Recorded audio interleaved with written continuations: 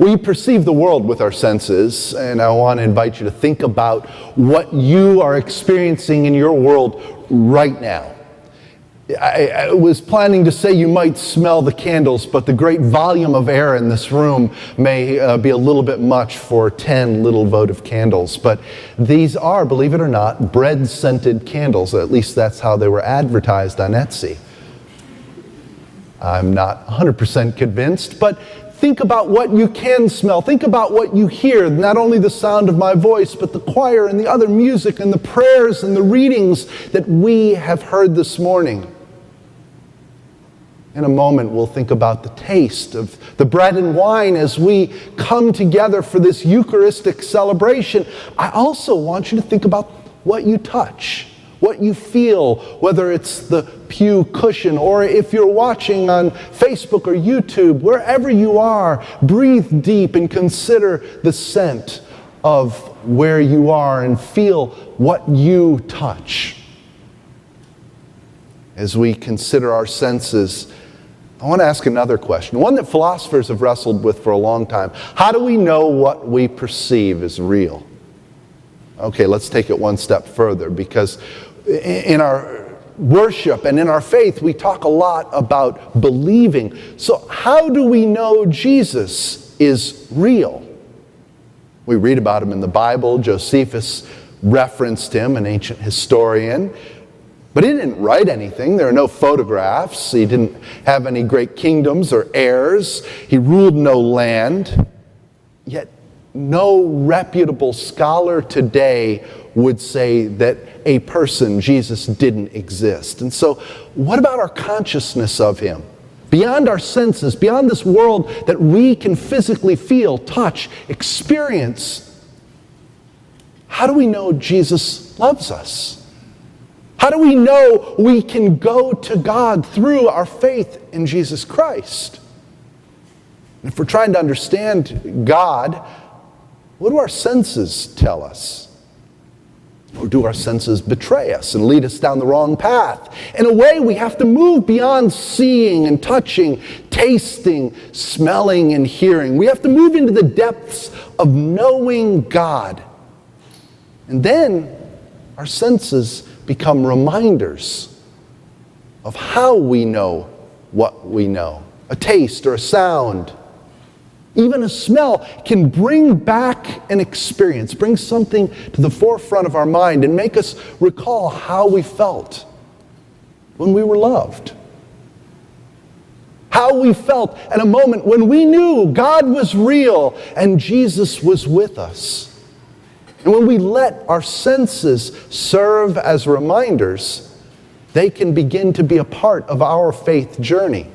So I want to invite you to think about a distant memory, and since that's as far as I can go with your memories, I have to share one of my own. I remember a story that my father told when I was a small child, very small child, and I don't know why he told the story. Maybe that's a repressed memory. I was probably being a selfish little boy and being greedy with something and wouldn't share it. But he told this story to me about the stolen smell. Does anybody know the story of the stolen smell? There's a baker who bakes these wonderful breads, and the smells waft out onto the street. And he had a very poor neighbor who couldn't afford to go into the bakery and buy any of the wonderful, fresh, warm bread, but had these dry crusts that he could eat. And so he would go and sit outside the bakery and let the smells, the aroma waft over him as he ate this dry crust. Baker found this profoundly annoying. More than annoying, it just ate at him day after day. And so he went out and he said, "You are stealing my smell." Well, you think it's funny. For the poor neighbor who couldn't afford to buy any of the bread, he said, I'm not doing anything. I'm just eating my little crust. And the baker grabbed him by the scruff of his shirt and he began to shake him. "You need to pay for the smells you're stealing." And a woman came walking along on the street and said, what's going on here? And the baker explained what was happening. And she said to the poor neighbor, do you have any money? And he said, I just have this little bit of change in my pocket. And she said, let me see the change. And she took the change in her hand and she jangled it in her hands next to the baker's ear. And then she said, there, now you're even. It's a story about value and about understanding what's right, about knowing how to share and what we do and don't own. The baker couldn't control everything, even though he wanted to. The world that we perceive is all around us, and we can't control how somebody else perceives the world. A smell that is warm and a wonderful reminder for me might be a trigger for somebody else that brings back some horrible experience, even post-traumatic stress disorder. I still remember my father's pipe tobacco smell. And as a matter of fact, when I smell pipe tobacco or somebody smoking a pipe, I'll remember experiences like that one where he told this story to teach me a lesson. I remember this experience of being in a household where I knew that I was loved, and not far beyond that smell memory is the sound memory, and it quickly comes back to the distant sound of my mother teaching piano lessons. And it's going back in that place where I not only remember that I was loved, but that's where I learned that God loves me and that Jesus is with me. I learned it in such a way that I'm able to carry it forward. Senses can jog our memories, and when we let them, they can jog our memories of faith. So what senses, what smells, sights, sounds, touch reminds you of places in your own faith journey? What raises your consciousness of God? What makes you feel God's love and Jesus' presence? When we smell bread, do we think of our Eucharistic meal, our gathering around this holy table? Or when Jesus says, I am the bread of life, do we trip over some sort of literal interpretation? Do we get caught up in the rational world that we sense? Do our senses lead us away from that experience of God's love and transformation?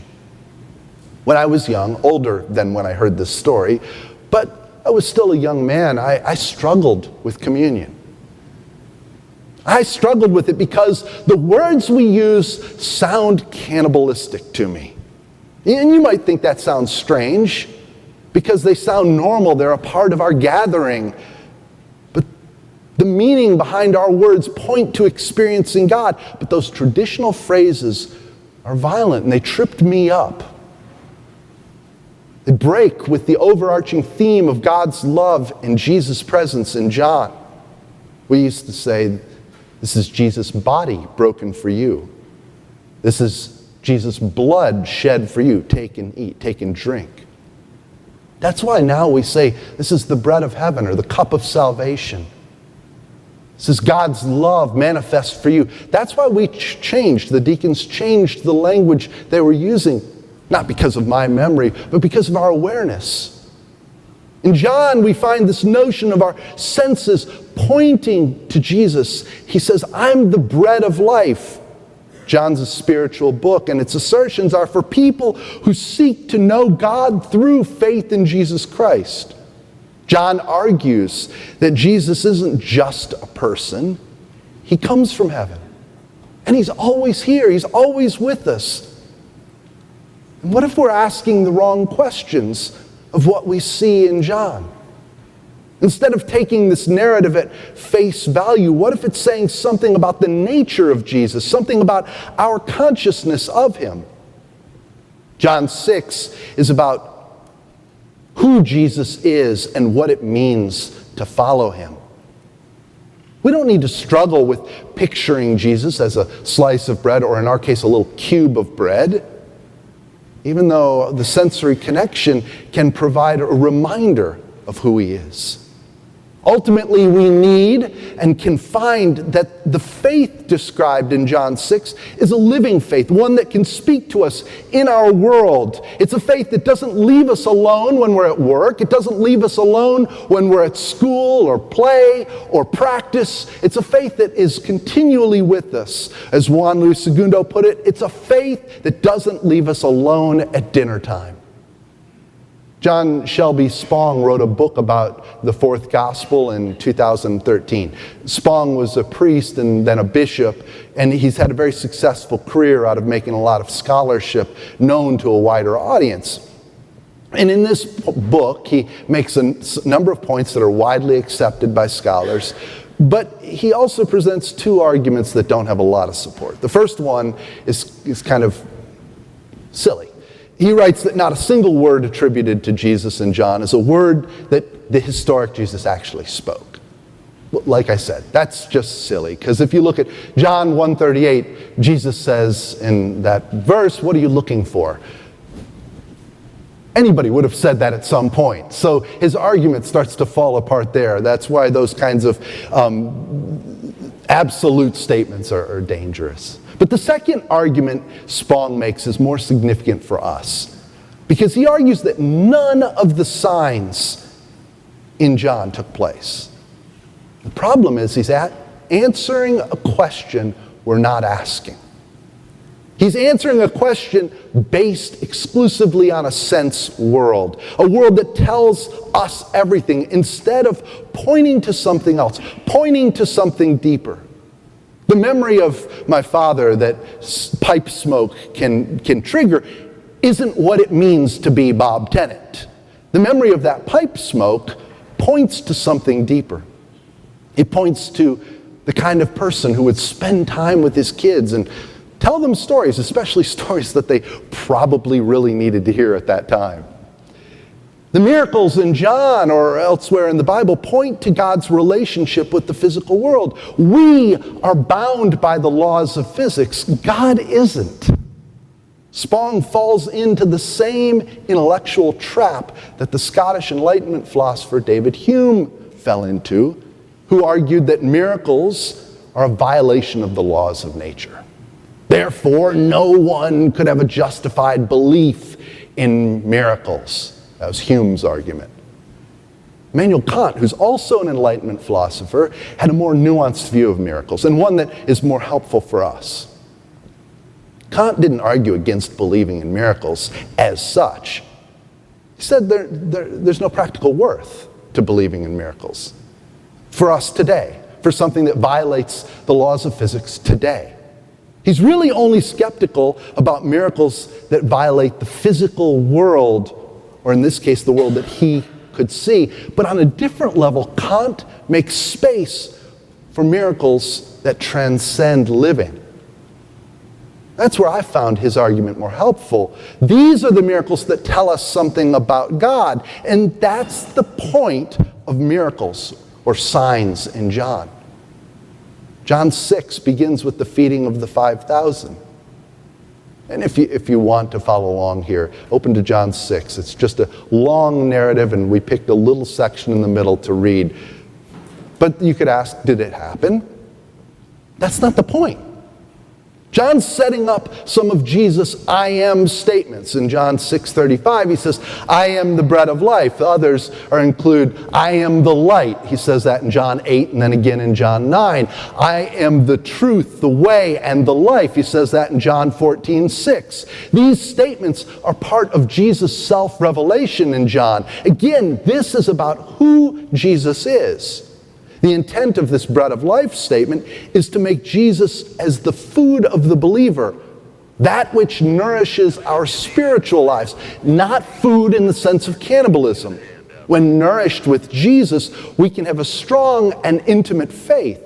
We can grow just like those who are nourished with good, healthy food, like bacon that apparently reminds some of God's presence.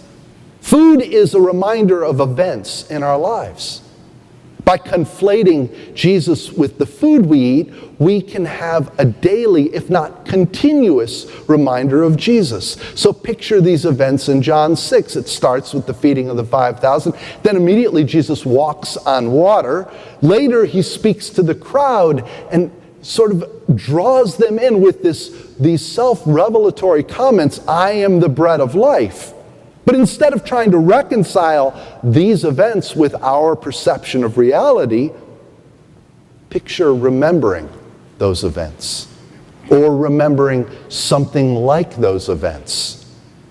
It doesn't mean they're any less efficacious in our lives. It doesn't mean they did or didn't happen as recounted in the gospel. It means they point to God.